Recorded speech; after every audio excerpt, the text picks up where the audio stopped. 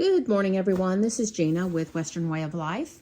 If you've just now starting to watch me, or this is the first time that you've joined me, I am in Grow Zone 7B. I'm in southern Oklahoma, and I have been a flower farmer for years. I have a beautiful peony garden page. It's Peonies of America. If you get time, check it out. But I am starting this page. It's a new page, Western Way of Life, more of a homesteading journey for myself. And I also go in there and I share some of our horses that we have foaling out, and we also show ranch riding horses. So some of our journey with that, and I hope you'll follow along. But today I'm starting out, I seeded some more seedlings here. I'm getting started. I'm got some Swiss chard started, some beefsteak tomatoes, and just assorted vegetables that I did not start yet. I needed to order the seeds. I did order some of my beet seeds and some zinnia seeds. I've got some of those I haven't started yet, but I like Baker's Creek. I've got some zinnias started.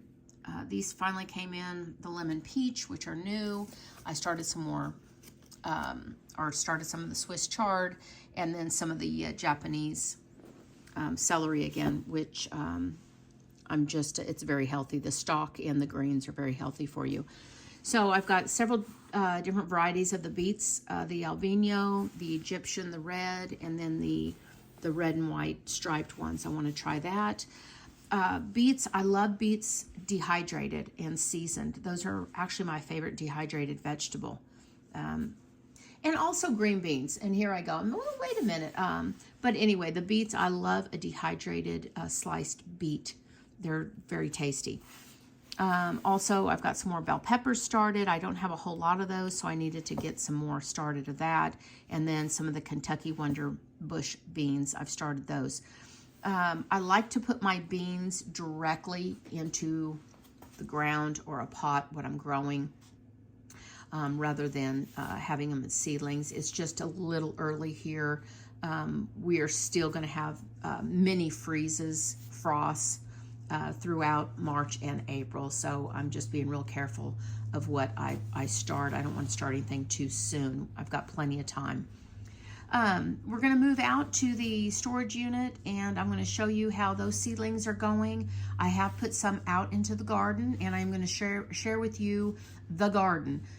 It's been abandoned for 3 years, and I just started the cleanup about a month ago. And I've kind of changed my mind on a few things, like the straw bale garden. I am going to do like 4 bales of it just to kind of put my hand in there and see what it's like. I am going to start canning this year, so that's going to be a new journey for me. And I hope that y'all will follow, and let's head out to the storage unit. Okay, and here we are inside my storage shed, where I have my my makeshift greenhouse set up. I've got a grow light here with the bulbs there, and then I've got a grow light up here. I was going to use this shelf as an extra seedling starting shelf, but so far I really haven't had to. I have taken some seedlings outside and planted them, and I will show you what I've done there and what I have planted outside already. I'm in Grow Zone 7B, southern Oklahoma. So I do have them planted outside, but I've got them where if we have a really hard freeze, I can protect them and cover them up. So in my last video, I kind of went over what seedlings I had and when I started these. These are, and that was Catcher, and he eats right there, so.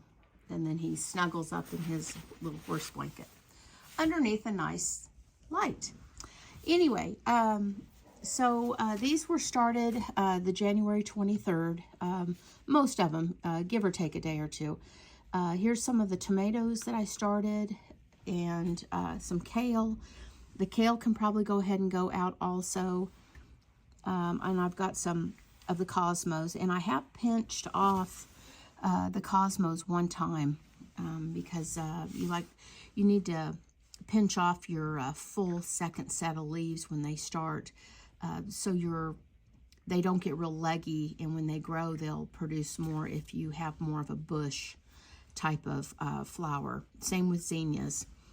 You want to pinch off that after the second set of leaves start. You want to pinch off the middle. So these are getting a little dried out, if you can tell. They're kind of getting a light brown, and they're kind of light feeling.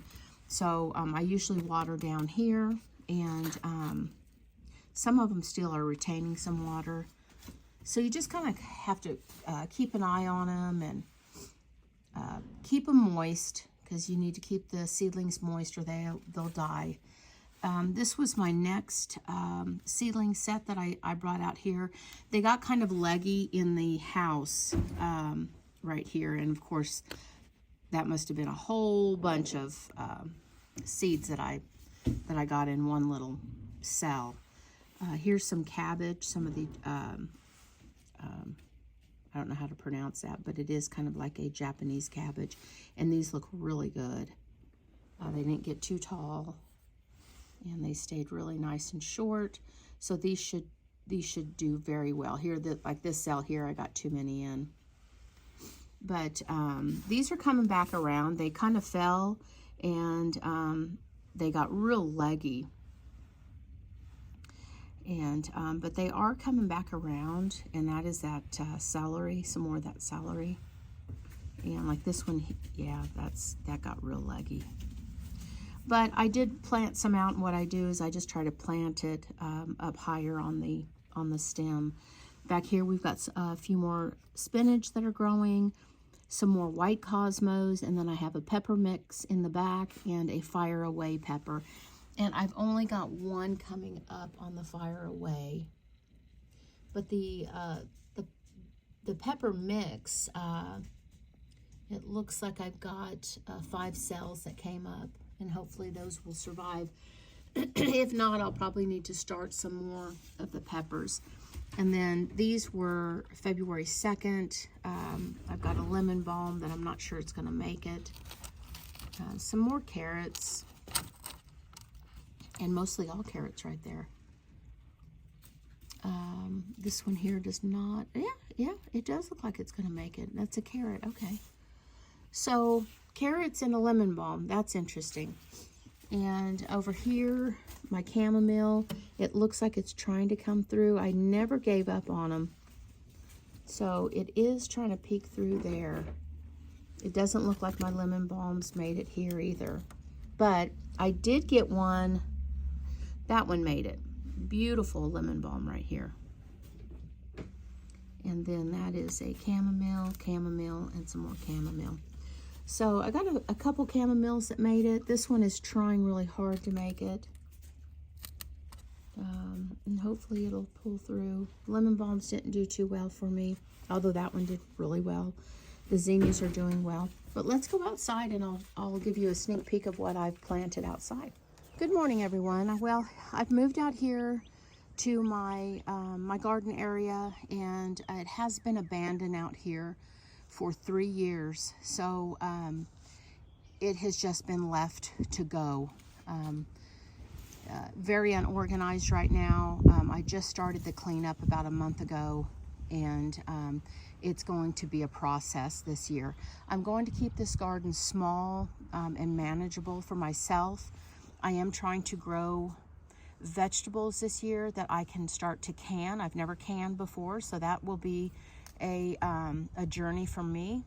It's a little intimidating, but I think I can do it. I mean, storing food and knowing that it's safe to eat is what I'm having anxiety about a little bit. You know, I just want to make sure it's done correctly. So I'm trying to grow the vegetables that I would enjoy eating. Also vegetables that can be made into meals. There are some wonderful websites and YouTubes, and so many people have so creative with their canning. It's very inspiring. So I did move out some of the seedlings here in these crates. I have 20 crates here. I have collected these crates over many, many years from growing flowers. And the bulbs will come into these crates, and I saved them. So I'm using them. They're for shallow type of produce, and any plants that don't need a real heavy or long root system. I also have laid down some more landscape fabric on top of the landscape fabric that I had out here. You can't even tell this is covered in landscape fabric because it's been abandoned for so many years.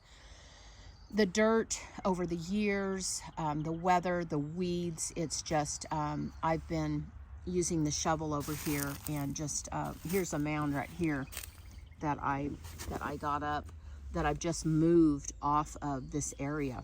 And anyway, so it's going to be a process. I am going to try to stay diligent, but I am going to keep it a smaller area so I can manage it.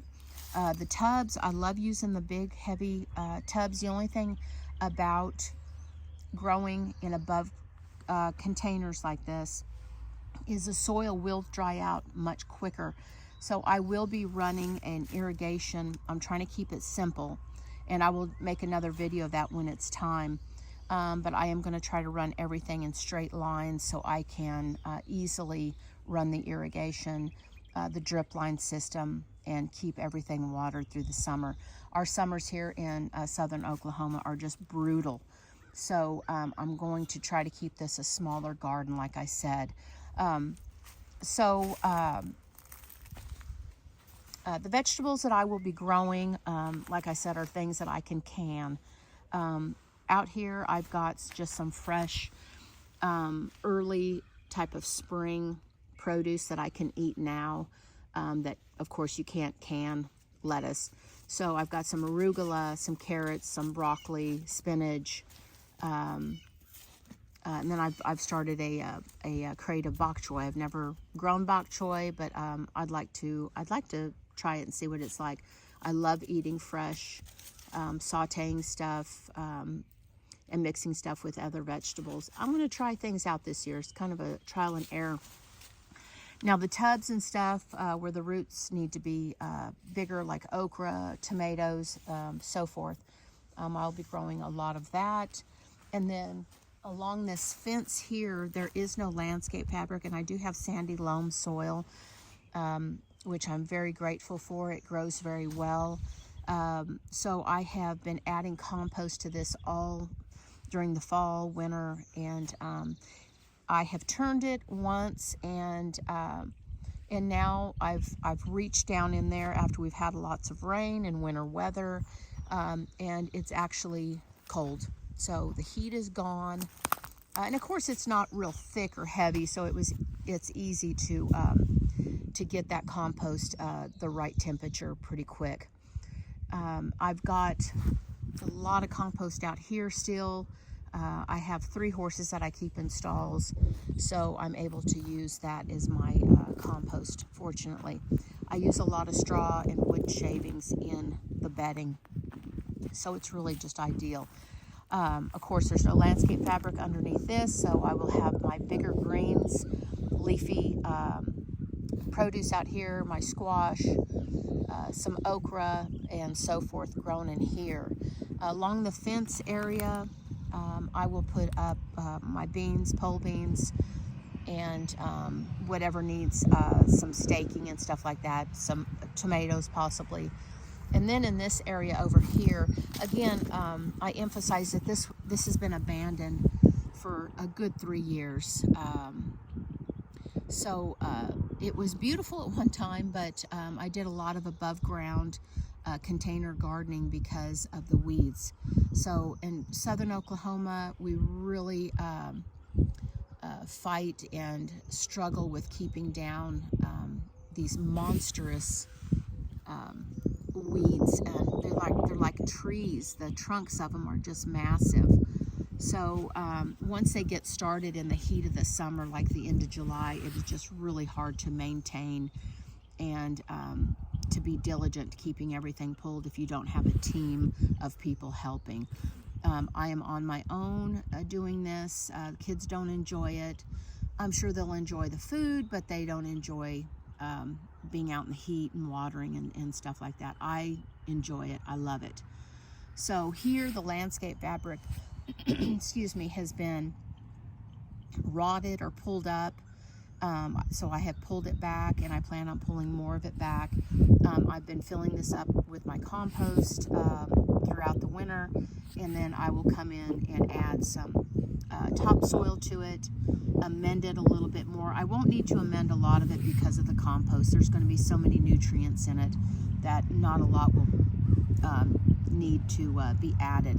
I will put out here my melons, cantaloupe, watermelon, and then some corn, sunflowers, and so forth. I'm not sure. This is going to be a long process for me getting this over here cleaned up. So a lot of the area that has holes in it that has been torn, I will tear that back and cut it out, and then add a small little crop in there that I can keep managed and maintained properly with the watering and so forth. But anyway, a lot of work in process. And then this over here, I've just been, you can see I've just been cleaning it this way. I am going to keep it small right in through here, and then just along the fence. So I can maintain it. I don't want to get burnt out and do too much. But if you'll follow along through the journey, I will share with you what I'm going to put in the pots, and then of course I will also be putting in-ground produce, and that the in-ground stuff will be over here. Stuff like this where I've got holes in it, I will be that's where I will be cutting and adding a crop just in this area, so I can keep it maintained until I can get it back up to where it was. I had beautiful roses at one time, and they are growing back right here. So it'll be interesting to see how this evolves this year. But anyway, I wanted to share with you that I have put in some crops. I'll be able to maintain these until I get the rest of the garden up and going. I will be running a drip irrigation over the crates, and that's why I'm trying to keep everything in a straight line. It will be a little bit more manageable for me. Set it on a timer. I've never done that either. So a lot of new things for me. I've grown flowers over the years. I have another page. It's Peonies of America. And it's a wonderful page over the years of my beautiful peonies that I've grown and raised. You can check that page out if you have time, but otherwise this is going to be my homestead page, my Western way of life, and also we have some brood mares that are fixing to foal and have babies, and I will be sharing that soon. She's due any day now, and so we're excitedly expecting a new foal. I hope everyone's having a great day, and until next time, bye-bye.